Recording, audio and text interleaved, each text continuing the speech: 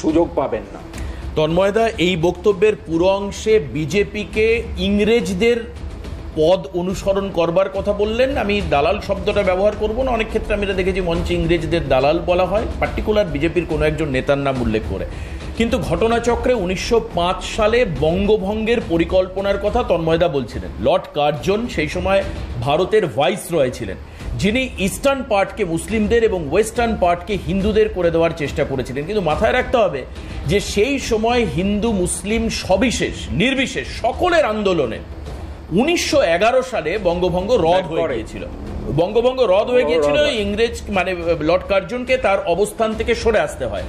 আমি জানি না এটা কোইন্সিডেন্ট কিনা, 1911 ঠিক 100 বছর পরে 2011-তে তৃণমূল কংগ্রেস এই রাজ্যে ক্ষমতা এসছে। এখন সেই তৃণমূল কংগ্রেস ভাষা বাঁচানোর কথা বলছে, বাংলা বাঁচানোর কথা বলছে। তন্ময়দার কথা শুনে মনে হলো এখনো কার্যত আমরা পরাধীন কোনো কোনো জায়গায়।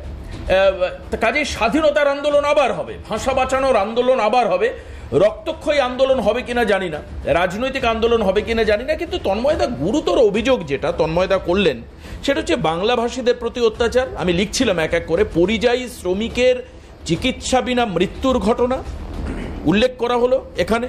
পাশাপাশি তিনি বললেন যে ঠিক নির্বাচনের আগে কেন এসআইআর, তাহলে সাংসদরা পদত্যাগ করে তারপরে এসআইআর হতে পারে আবার নতুন করে, কেন 24-এর আগে নয় তিনি প্রশ্ন তুললেন। প্রগতিশীল শিক্ষা সংস্কৃতি, বাংলার স্বাভিমান, বাংলার ইতিহাস এবং ঐতিহ্য নিয়ে সবটা বিজেপির দ্বারা ডেমলিশড হচ্ছে।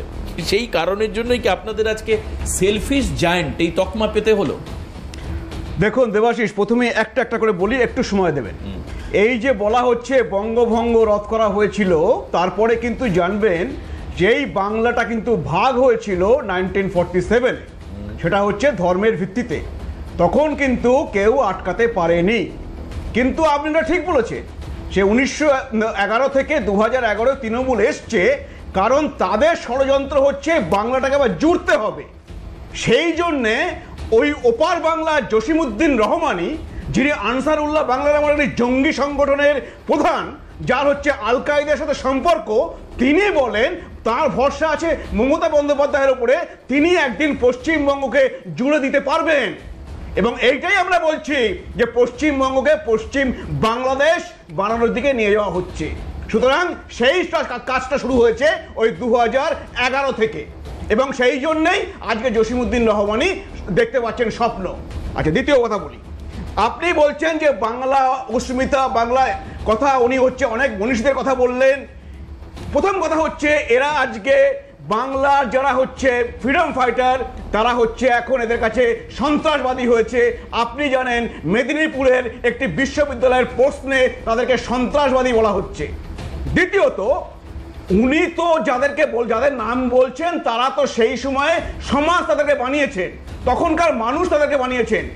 আমরা বাংলা মানুষের এখন মাথা নিচু হয়ে যায় যখন আমরা উনি যাদেরকে বানিয়েছেন তাদের কথা শুনি। সেটা হচ্ছে অনুব্রত মণ্ডল উনি বানিয়েছেন, উনি শাহজাহান শেখকে বানিয়েছেন, উনি পার্থ চ্যাটার্জি বানিয়েছেন, মানিক ভট্টাচার্য বানিয়েছেন, উনি হচ্ছেন জীবন কৃষ্ণ বানিয়েছেন, উনি হচ্ছে মনোজিৎ মিশ্রকে বানিয়েছেন, উনি জেসিবি বানিয়েছেন, উনি হচ্ছে জয়ন্ত সিং বানিয়েছেন। এই লিস্ট সারা রাত্রি ধরে বলে দিতে পারি। তো উনার কৃতিত্ব তো এইটাই যে উনি সেই বাংলার ইতিহাসটাকে কালি মেখে দিয়েছে একদম। বাংলা মায়ের মুখে কালি এমনভাবে মাখা আছে যে ওই কালি ওঠাতে গেলে এখন আমরা ক্ষমতায় আসার পরে আমাদের সাথে সাথে হবে না, সময় লাগবে। কারণ এমনভাবে বাংলা মায়ের মুখে কালি মাখানো হয়েছে, সেটা উনি করেছেন এই সমস্ত কৃত্রিমানদের কর্মের মাধ্যমে।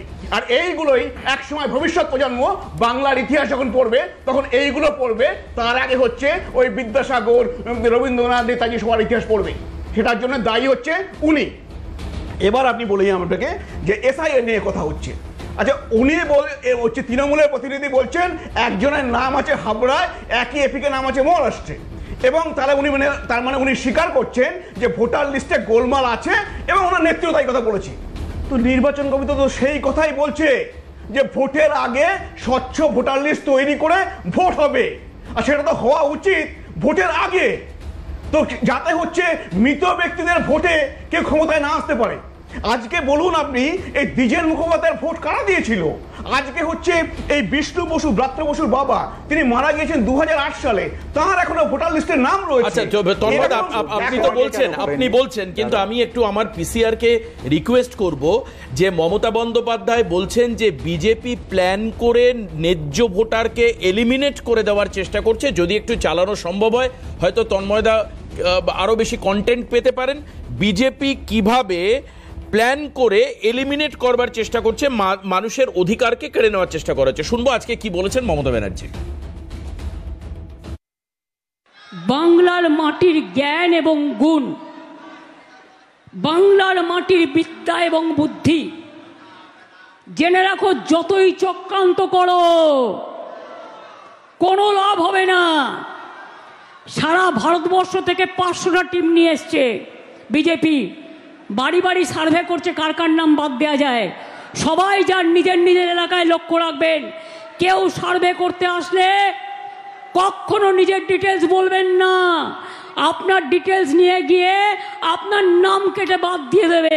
ভোটার কেন্দ্রে গিয়ে দেখবেন নিজের নামটা আছে কিনা, আধার কার্ডটা করে রাখুন। আপনারা তো মানুষের ক্ষমতাকে বিসর্জন দেন, অধিকার কেড়ে নেন, অধিকার ছিনিয়ে নেন, বাংলাদেশি আখ্যা দিয়ে গরিব মানুষগুলোর ওপর অত্যাচার করেন। তন্ময়দা, বাংলাদেশি আখ্যা দিয়ে আপনি কিছুক্ষণ আগেই বলছিলেন যে মানে এই পশ্চিমবঙ্গকে পশ্চিম বাংলাদেশ হিসাবে দেখার চেষ্টা হচ্ছে। আপনারা তো বাংলাদেশি হিসাবে মানুষকে চিহ্নিত করে তাদের নাম বাদ দেওয়ার চেষ্টা করছেন। দেখুন দেবাশিস, আপনি সমস্ত বিজেপি অবিজেপি রাজ্য, যেমন ধরুন হচ্ছে আপনি কেরালা অবিজেপি রাজ্য, কর্ণাটক অবিজেপি রাজ্য কংগ্রেসের, তামিলনাড়ু ডিএমকে, সমস্ত রাজ্যের মানুষ সেখানে প্রশাসনকে শুনছেন কি যে আমরা বাংলাদেশি ধরবো, বাংলাদেশে বার করব, অবৈধ অনুপ্রবেশকারীদের থাকতে দেব না।